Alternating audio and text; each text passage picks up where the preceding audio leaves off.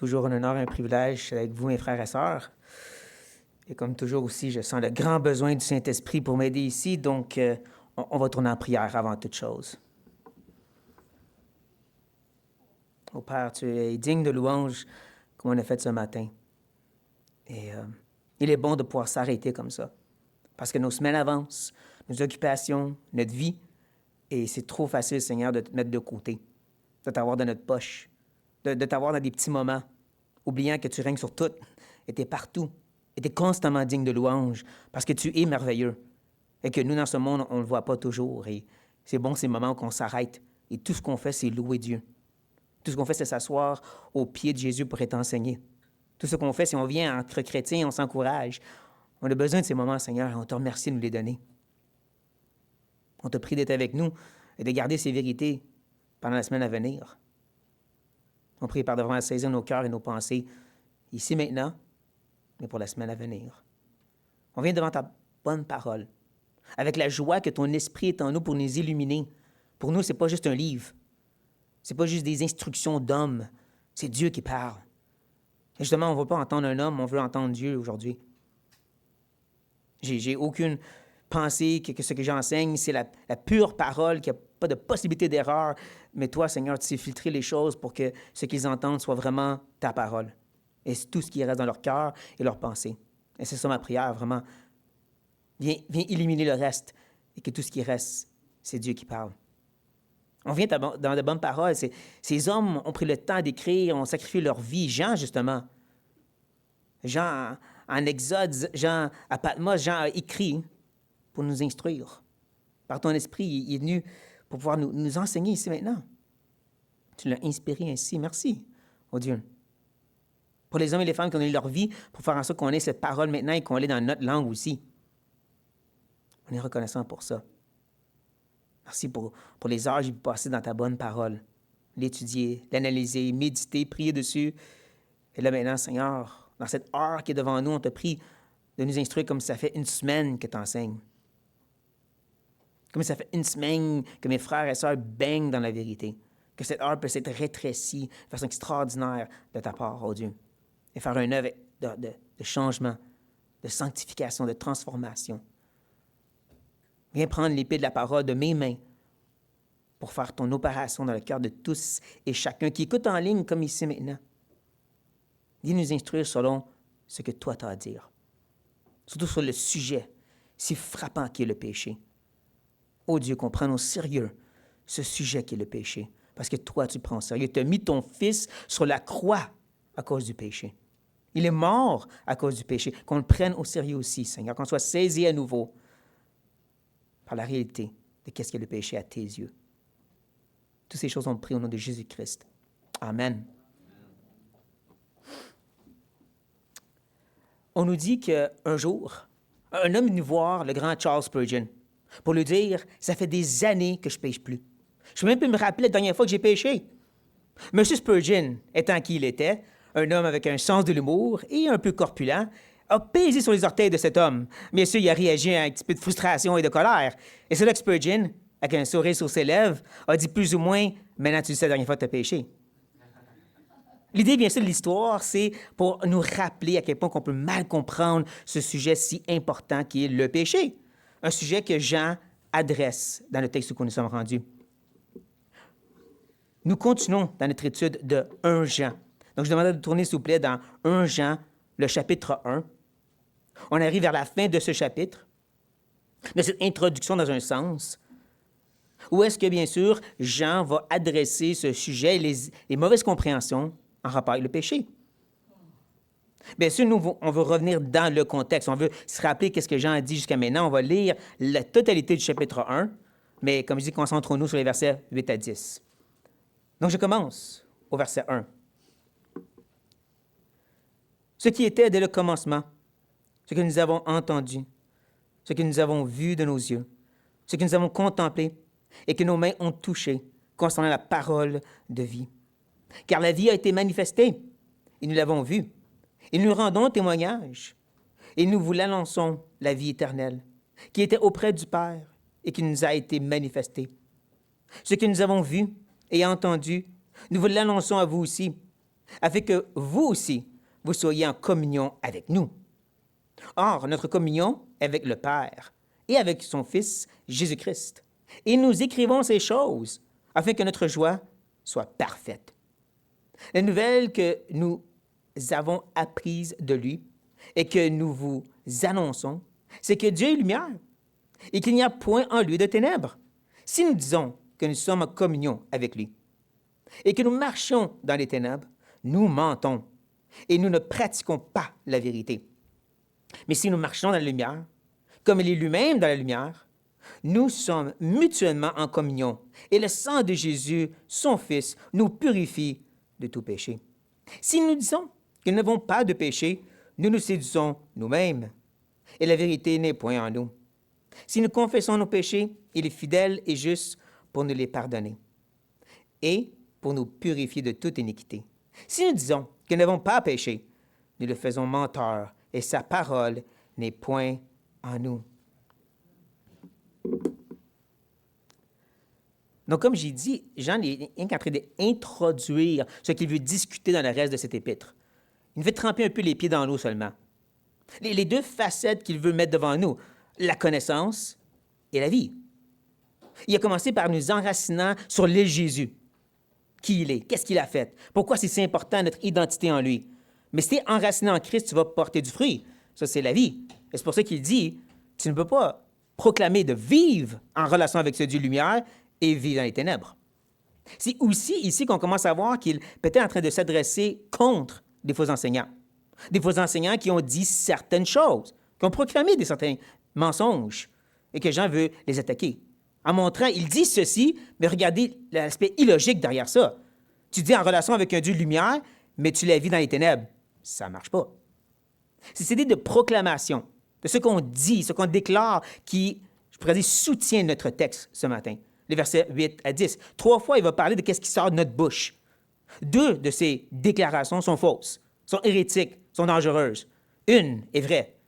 Une vraiment déclare la vérité de Dieu. On va la découvrir ensemble, bien sûr.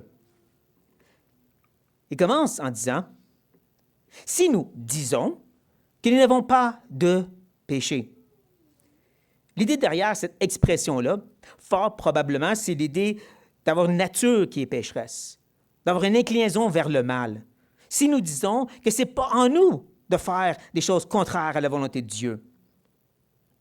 Et il faut comprendre que les faux enseignants à quels Jean parle ici, les faux enseignants qui est en train de débattre présentement, en partie avaient une idée gnostique, c'est-à-dire de connaissance spéciale. Dans ces connaissances spéciales, ils avaient réalisé que tout ce qui est physique, tout ce qui est le corps, disons, ça, c'est péché. Automatiquement, qu'est-ce que tu fais dans le corps, c'est mal. Parce que ce qui est pur, c'est qu'est-ce qui est à l'intérieur de toi. L'homme spirituel, si vous voulez, l'homme intérieur, comme la Bible le traite, le cœur, les pensées, ça, c'est pur. Ça ne peut pas faire le mal. Et donc, pour eux, c'est après de découvrir qu'est-ce qui est à l'intérieur puis de vivre de l'intérieur. Ça ne peut pas pécher. Ça n'a aucune inclinaison vers le mal. Qu'est-ce que Dieu dit face à ça? Bien, c'est vrai que Dieu, au début, a créé l'homme à son image, puis il a dit « tout est bon ». Mais après ça, il y a un serpent qui est venu, qui a mis son venin dans le cœur de cet homme-là, et la rébellion était là. Depuis ce moment, on voit que tout ce qui découle de cet homme et cette femme a une inclinaison vers le mal maintenant. Et c'est pour ça que Dieu, presque dès le début, a dit « L'Éternel vit que la méchanceté des hommes était grande sur la terre, et que toutes les pensées de le cœur se portaient chaque jour uniquement vers le mal. » Uniquement. Seulement. La seule inclinaison du cœur de l'homme, c'est le mal. Ça semble intense, mais c'est Dieu qui parle. Ah, mais ça c'est l'Ancien Testament. Ça, c'est une autre façon de voir qu'on ne voit pas de nos jours. Et c'est pour ça que tu te tournes vers Jésus, qui est dans le Nouveau Testament, bien sûr. C'est Jésus qui est très gentil puis qui est doux et qui a dit ceci. Mais ce qui sort de la bouche vient du cœur. Oui, le cœur qui est beau. Et c'est ce qui souille l'homme. Oups. Car c'est du cœur que viennent les mauvaises pensées, les meurtres, les adultères, les impudités, les vols, les faux témoignages, les calomnies. Ou est-ce que ces hommes à qui Jean s'adresse diraient non, au contraire, c'est dans le corps qu'on fait ça? Jésus dit non, ça vient du cœur premièrement. Ça vient de ton homme intérieur, qui est souillé comme le Père a dit. Donc, le Père dit c'est ça, le Fils dit c'est ça, il reste le Saint-Esprit. Lui va dire la même chose que les autres, n'est-ce pas? Mais c'est là qu'on se tourne dans Romains 3. Et Paul, qui reprend les paroles du psaume inspiré de l'Esprit, et en partie, qui dit ceci. Selon qu'il est écrit, il n'y a point de juste, pas même un seul. Nul n'est intelligent, nul ne cherche Dieu, tous sont égarés, tous sont pervertis. Il n'en est aucun qui fasse le bien, pas même un seul. Ça inclut les gens qui disent « Je n'ai pas de péché ». Donc, le Père, le Fils, le Saint-Esprit disent « Eux sont dans l'erreur ». On va croire le Père, le Fils, le Saint-Esprit, j'espère. Et c'est là que certains vont dire « Oui, mais en tant que chrétiens, nous avons un nouveau cœur qui est régénéré et donc il ne peut plus pécher. » Justement, ça revient à ce que cet homme disait, cet homme de Spurgeon. Certains qui vont dire « On aime tellement le Seigneur, nous autres. On aime tellement sa loi qu'on ne pêche plus devant lui avec un nouveau cœur. » Mais ça, il y en a d'autres qui vont minimiser en place la réalité du péché. C'est pas de ta faute. C'est la société dans laquelle tu es. C'est les blessures que tu as eues de ton passé. De toute façon, Dieu est gracieux, il passe par-dessus. Tout ça pour minimiser la réalité et l'impact du péché. Parce que quand tu tournes dans le Nouveau Testament, tu vois que c'est différent ce que ces auteurs disent à des chrétiens. Paul, par exemple. Voici donc ce que je dis, et ce que je déclare dans le Seigneur, c'est que vous ne devez plus marcher comme les païens, qui marchent selon la vérité de leurs pensées. Ils ont l'intelligence obscurcie. Ils sont étrangers à la vie de Dieu, à cause de l'ignorance qui est en eux, à cause de l'endurcissement de leur cœur. Ayant perdu tout sentiment, ils se sont livrés à la dissolution pour commettre toute espèce d'impureté jointe à la cupidité. Et avant de dire, oui, ça c'est les païens, c'est pas nous autres, on est nés de nouveau. Prenez note de comment il commence la phrase. C'est ce que vous ne devez plus marcher comme les païens. Il dit aux chrétiens, vous ne devez pas le faire parce qu'il y a la possibilité de le faire. C'est pour ça que dans Éphésiens 4 et 5, Colossiens 3 et Romains 6, Paul, s'adressant à des chrétiens, dit, vous devez mettre à mort la chair. Vous devez crucifier cette tendance de faire le mal. Et l'idée, c'est constamment. Il s'empare une fin à ceci. Pas pour rien que Jésus, quand il nous enseigne comment prier, quotidiennement, donne-nous notre pain quotidien, il va dire, pardonne-nous aussi. L'idée, c'est toujours quotidiennement. Donc, l'inclinaison du mal reste. L'idée que tu arrives à un point de tellement aimer le Seigneur, tu ne peux plus pécher, vient contredire ce que Paul, inspiré, est en train de dire. Jacques est encore plus dur que ça. Laissez personne vous dire que Jacques enseigne des choses différentes de Paul. Parce que Jacques dit ceci, lui. D'où viennent les luttes? D'où viennent les querelles parmi vous? N'est-ce pas? De vos passions qui combattent dans vos membres? Vous convoitez et vous ne possédez pas. Vous êtes meurtriers et envieux et vous ne pouvez pas obtenir. Vous avez des querelles et des luttes et vous ne possédiez pas. Parce que vous ne demandez pas. Vous demandez et vous ne recevez pas parce que vous demandez mal, dans le but de satisfaire vos passions. Adultères que vous êtes, ne savez-vous pas que l'amour du monde est inimitié contre Dieu? Celui donc qui veut être ami du monde sera ennemi de Dieu. Jacques, il ne s'adresse pas à des non-croyants, là. Et encore moins des chrétiens charnels ou de moindre niveau. Il s'adresse à monsieur, madame, tout le monde. Jacques est un épître circulaire ou universel. Il écrit à tous les chrétiens, comme vous ici ce matin. Puis il dit, ça, c'est votre réalité. Ouch! Et pourtant, c'est la même réalité que Jean est en train d'adresser. Oui, on a été délivrés de la domination du péché. Ça règne plus sur nous. Mais la réalité du péché demeure. C'est pour ça que, justement, Paul va parler de cette loi de péché qui est encore en lui dans Romains 7, qui fait la guerre à son âme, comme Pierre dirait. Ces réalités demeurent. Et c'est pour ça, comme j'ai dit, les gens qui croient, arriver à ce point de tellement aimer le Seigneur, ne réalisent pas que le péché, cette entité-là, qui reste rémanent en nous, va infecter des fois notre intention autant que nos actions. Ah, j'ai peut-être pas fait le mal, mais j'étais fier de le dire que j'ai pas fait le mal. Et c'est ça qui est très subtil et sournois et dangereux du péché. C'est que tu arrives à dire, moi, je n'ai plus cette tendance-là. Et tu es fier de pouvoir dire aux autres, et oups, tu es en train de pécher en le faisant. C'est pour ça que Jean va dire, mais avant une gorgée d'eau,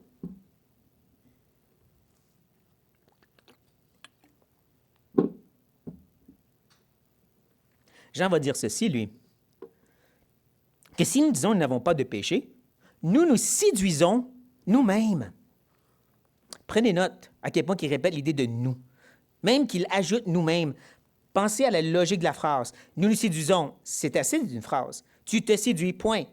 Mais le fait qu'il ajoute nous-mêmes, comme pour mettre l'accent sur c'est toi qui te le fais, comme pour mettre l'accent sur ta faute. Vous allez voir, au fur et à mesure qu'on avance, Jean veut vraiment l'accent sur ta responsabilité dans ça. Ta part. Assume ce que tu fais. Et on le voit déjà ici en ajoutant cette simple « nous-mêmes ». C'est pas de la faute de l'enseignant que tu as écouté, du livre que tu as lu ou de tel frère qui t'a aidé. Non, tu l'as voulu. Tu as voulu une doctrine qui dit que tu viens sans péché. Parce que tu veux pouvoir t'enorgueillir puis dire « Regarde, moi, j'aime tellement Seigneur ». Tu l'as voulu, ça. Tu t'es séduit toi-même. C'est ça la réalité. Le mot « séduction », pour sa part, parle de se détourner de la vérité. Encore, c'est toi-même qui le fais. On peut comprendre pourquoi ces gens réussissent à arriver à ce point de dire « Je n'ai plus de péché, je n'ai plus de tendance vers le péché », parce qu'ils sont tellement détournés du chemin de la vérité que les choses semblent correctes ici. Un détour où est-ce que, justement, tu te concentres sur les actions, tu dis « Regarde, mes actions sont bonnes », et tu oublies les intentions derrière, parce que tu t'es détourné de la vérité. Maintenant, on peut comprendre ce raisonnement dans un sens. Je dis bien dans un sens. Parce que, juste avant, Jean nous parlait justement des versets 5 à 7. Il nous parlait de cette réalité que tu ne peux pas dire que tu es en relation avec un Dieu qui est lumière, puis de vivre dans les ténèbres. Puis il insiste sur l'idée que tu dois marcher dans la lumière, et même que tu vas être purifié par le sang de Jésus. Donc, logiquement, n'est-ce pas que tu peux être si pur que tu ne pêches plus? Et c'est pour ça qu'il faut vraiment faire attention aux mots que Jean utilise. Ah, il va présenter le Dieu qui est lumière. Sa nature même est lumière. Mais lorsqu'il parle des gens, il ne va jamais dire qu'eux deviennent lumière. Ils marchent dans la lumière, mais il ne dit pas qu'ils deviennent parfaitement lumière. Pas de ce côté-ci de l'éternité. Il va parler du fait qu'en marchant dans la lumière, ils peuvent être purifiés. Et l'idée, c'est constamment, continuel. Tu es systématiquement, gloire en gloire, en train d'être transformé. Mais tu ne deviens pas lumière en soi, ce côté-ci. Et ça, c'est important. Mais comme je dis, on peut comprendre ce raisonnement de dire, mais ça crée une tension sinon. Si je marche dans la lumière, le Dieu qui est lumière, je devrais devenir parfaitement lumière comme lui. Et Jean dit, non, il y a une tension ici, tu dois l'accepter. Ah, ces fameuses tensions dans la Bible qu'on veut toujours résoudre. La souveraineté de Dieu et la volonté de l'homme. Il faut qu'il y ait une façon de les faire connecter, à la place d'accepter la réalité qui est là. Comme ici. Tu marches dans la lumière, mais tu ne viens pas sans péché non plus. Parce que sinon, tu es en train de te séduire. Et même, comme j'ajoute, et la vérité n'est point en nous. Encore le « nous », hein? Mais encore spécifiquement en nous. Je trouve ça intéressant comme expression qu'il parle de vraiment être en nous. Parce que quand il parle de marcher dans la lumière, il ne dit pas que la lumière vient en nous. Pas tout de suite, pas parfaitement.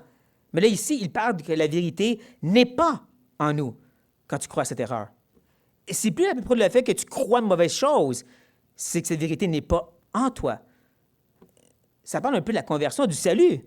Le salut, c'est quoi? C'est que l'Esprit de Dieu, en partie bien sûr, il y a plus que ça, mais l'Esprit de Dieu vient habiter en nous. L'Esprit de Dieu qui est vérité vient habiter en nous. Et là, voici que Jean dit, cette vérité n'est pas en toi, si tu crois que tu deviens sans péché. Est-ce possible qu'il est en train de dire, questionne-toi si tu es vraiment sauvé? On va voir ça en avançant. On met ça dans notre poche pour tout de suite. Parce que pour tout de suite, on voit que cet énoncé qui est devant nous, c'est une erreur. J'espère que vous le réalisez. De proclamer haut et fort, moi, je n'ai plus de tendance vers le mal, c'est d'être séduit. Non pas d'être saint et merveilleux, c'est d'être carrément dans l'erreur et de se demander, es-tu vraiment sauvé? Ceci nous amène maintenant à la prochaine énoncé de notre cher frère, où est-ce qu'il dit, si nous confessons, ça, c'est une bosse qui est en train de conduire à 100 000 à l'heure. Ce que je veux dire, c'est que Jean est en train de dire « nous disons ». Encore et encore, il répète la même expression. Il aurait pu utiliser différents mots. Il aurait pu dire « si nous disons »,« si nous proclamons »,« si nous déclarons ».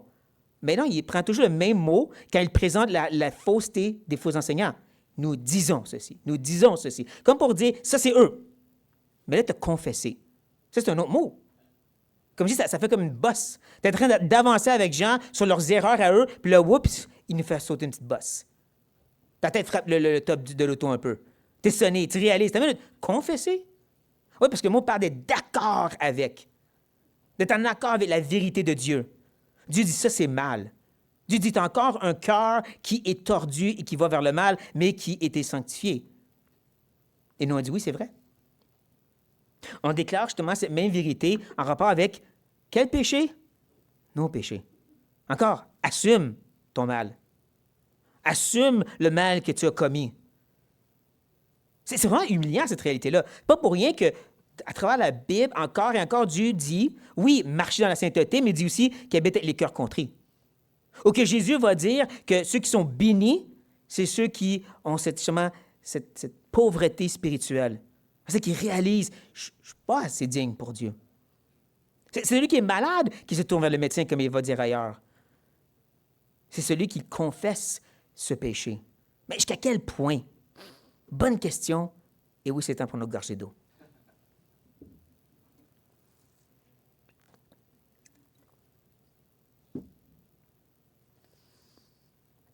C'est ici que Jacques va encore nous aider.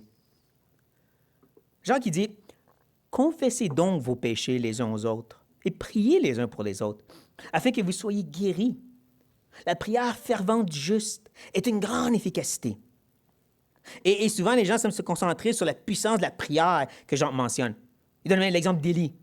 Hein, Élie qui avait arrêté la pluie, Élie qui fait tomber le feu du ciel. Juste des prières puissantes comme ça. Puis il oublie où est-ce que ça commence, l'enseignement. Ça commence avec confesser. Le même mot que Jean, mais avec un préfixe cette fois-ci. Le préfixe « ek ». « Ek » veut dire complètement, totalement. Vide ton sac. Oh, déjà, c'est plus intéressant, ça.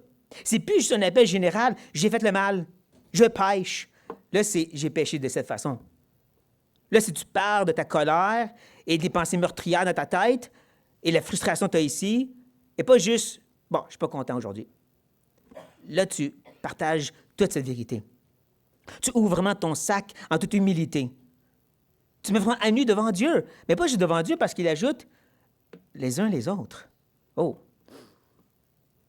Oui, ça inclut l'idée de petits groupes, des gens de confiance, certainement.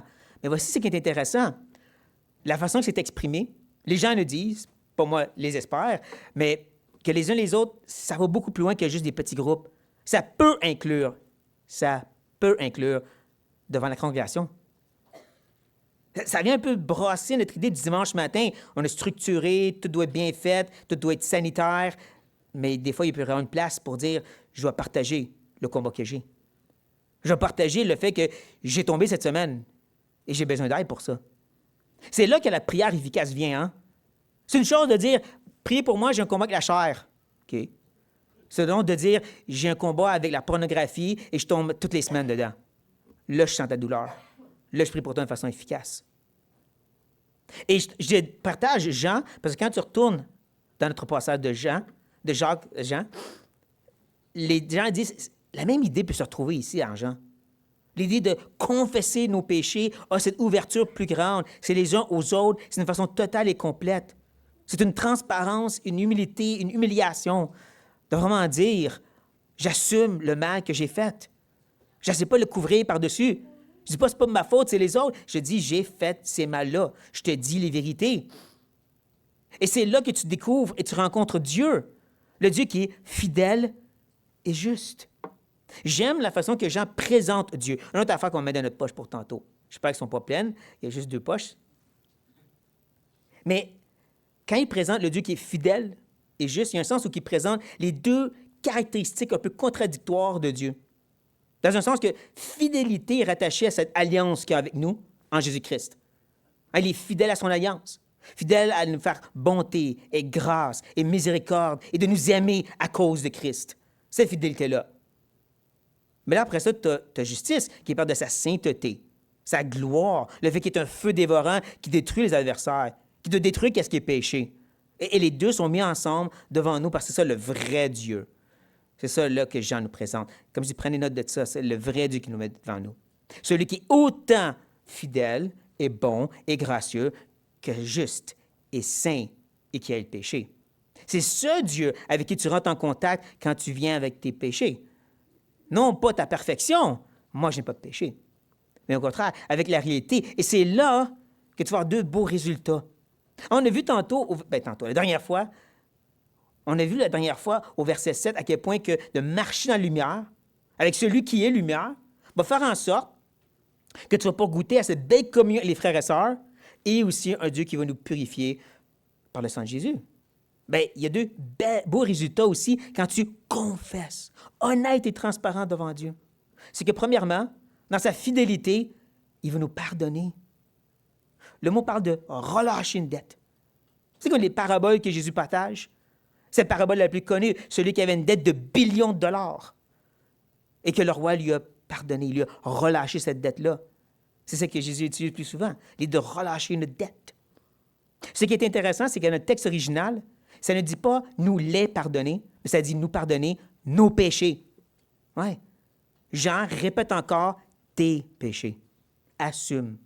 Ça fait 2 fois maintenant qu'il met dans notre face le péché qu'on a fait, qu'il ne demande pas de couvrir, mais de l'exposer.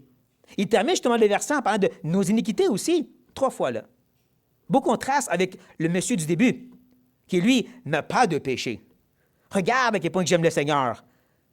Jean dit, non, c'est qui confesse tes péchés, tes iniquités. Tu les exposes en réalité devant Dieu. Et c'est là que tu goûtes à son pardon. Et c'est là encore que tu ne restes pas là non plus. Ah ah! C'est là que justement ceux qui veulent minimiser la réalité du péché puis dire Dieu pardonne, c'est correct. Oubliez que la justice de Dieu aussi. Et il y a le Proverbe 28. J'ai oublié ça. Proverbe 28 qui nous dit celui qui cache ses transgressions ne prospère point, mais celui qui les avoue et les délaisse obtient miséricorde. Donc encore l'idée de les exposer pour connaître le pardon de Dieu, mais comme j'y avais mentionné, non pas de rester, mais de les délaisser. Qui nous emmène bien sûr à la justice de Dieu pour nous purifier de toute iniquité. Comme on l'a vu tantôt, un des résultats qui est encore répété là, sur d'autres mots répétés. Dieu veut nous purifier. Dieu veut les enlever de notre vie. Ah, mais c'est pas ma faute. Je suis fait de même. Ça fait des années que je lutte, donc ça va rester là. Non, parce que Dieu, dans sa justice, dans son été saint et parfait, veut l'enlever de ta vie, veut le purger de ta vie, veut plus que ça reste dans ta vie. Il y a vraiment un œuvre pour enlever ce mal que tu assumes. Donc, c'est pas juste de rester apitoyé et dire « Dieu pardonne, c'est correct ». Non. Dieu est saint et il te veut saint aussi. J'ai déjà mentionné, le salut, c'est pas juste Jésus vient dans la boue pour vivre dans la boue avec nous. C'est nous sortir de là et nous emmener dans la lumière avec lui. Systématiquement, progressivement, certainement, mais c'est la réalité aussi. C'est pour ça qu'il a mis les deux côtés de cette médaille de ce Dieu. Un qui donne la grâce, mais un aussi qui nous transforme, j'en dis. Ça, c'est l'énoncé qui est vérité. Je vais aller un peu le punch. Vous savez maintenant, c'est ça la déclaration qui est la vérité. C'est qu'on devrait aussi proclamer cette confession honnête par laquelle on peut connaître son pardon, mais aussi sa transformation. Donc, il reste juste la dernière.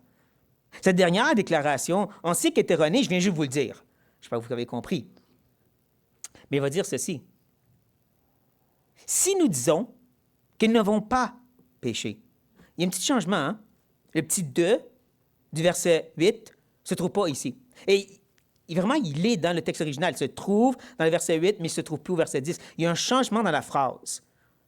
Plusieurs sont ceux qui vont dire « ça ne change rien le changement, ça veut dire la même chose ».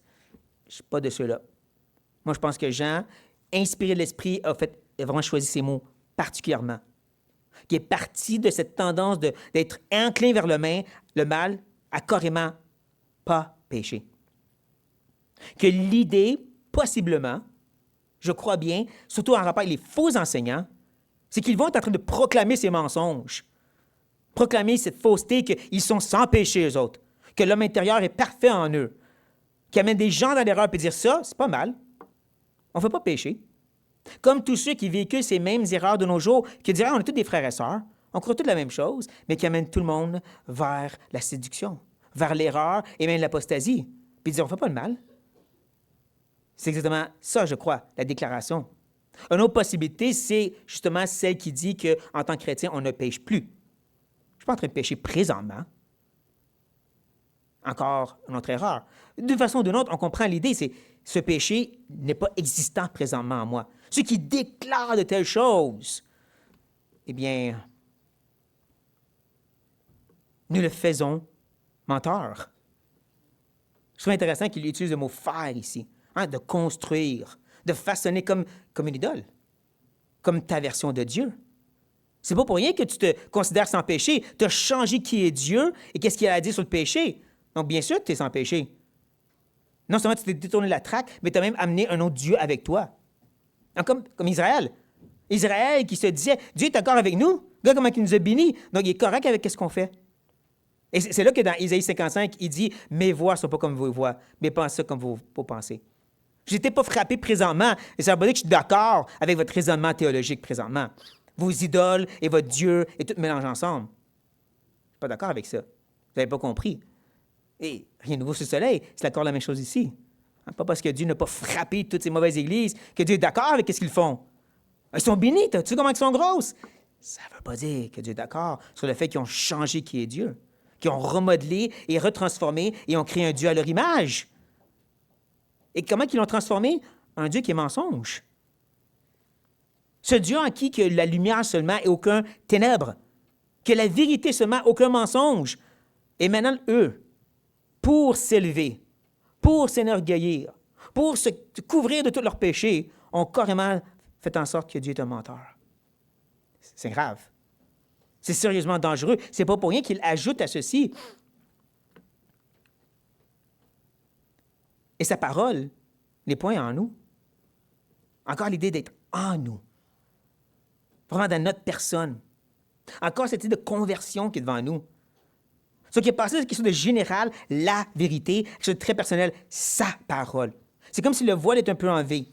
Au début, c'était un peu voilé, peut-être qu'il voulait parler d'être sauvé ou non, mais là, sa parole, son évangile qui donne un nouveau cœur, il n'est pas en toi. Il semble de plus en plus clair qu'ils parlent, ils ne sont pas sauvés, ces gens-là. Ils ont se questionné sérieusement sur ça. Et si vous trouvez que c'est un peu exagéré, encore on recule l'autre d'avant, ils font de Dieu un menteur. Comment est-ce qu'un enfant de Dieu peut carrément transformer Dieu en un Dieu de mensonge? Tu as sérieusement te questionner si tu aimes le Seigneur quand c'est le cas. Tout ça pour t'approuver. Tout ça pour démontrer, regarde comment moi, je vais bien dans ma marche avec Dieu. C'est grave. Jean, il est très tranchant. On est en train de le voir, hein? Tu es entre un enfant de la lumière ou tu vis dans les ténèbres. Entre sa parole est en toi en train de te transformer de gloire en gloire, ou tu t'es détourné carrément de l'erreur et tu t'en vas en perdition. Entre tu adores le vrai Dieu, hein, c'est là qu'on retourne à notre poche, qui, comme il l'a présenté, avec les deux réalités de Dieu, autant sa fidélité, qui pardonne et qui est gracieux, que sa justice, qui transforme. Entre tu adores ce vrai Dieu, ou tu t'es fait un Dieu de toi-même, qui est qu'un mensonge. Et tout ça sur le sujet du péché. Un sujet qui est tellement peu abordé de nos jours, parce qu'on ne veut pas déranger, et qui pourtant, pour Jean, vient changer la réalité entre sauvé ou pas sauvé. Et on comprend parce que le salut commence avec la perception du péché, n'est-ce pas?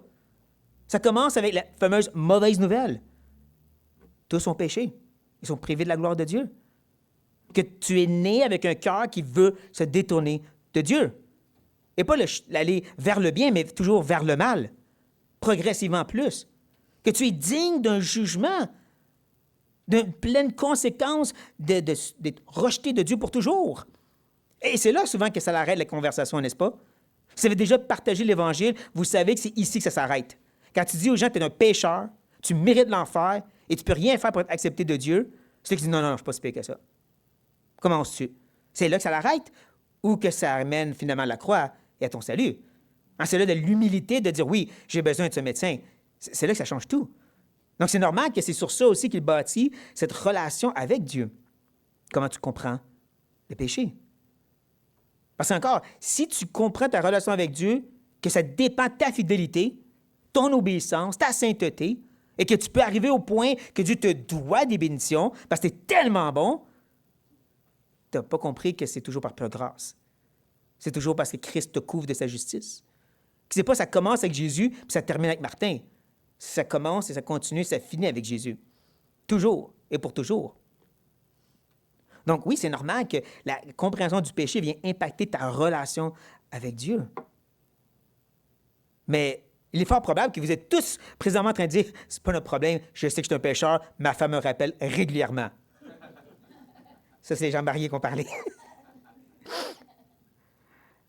Mais même si ce n'est pas le cas,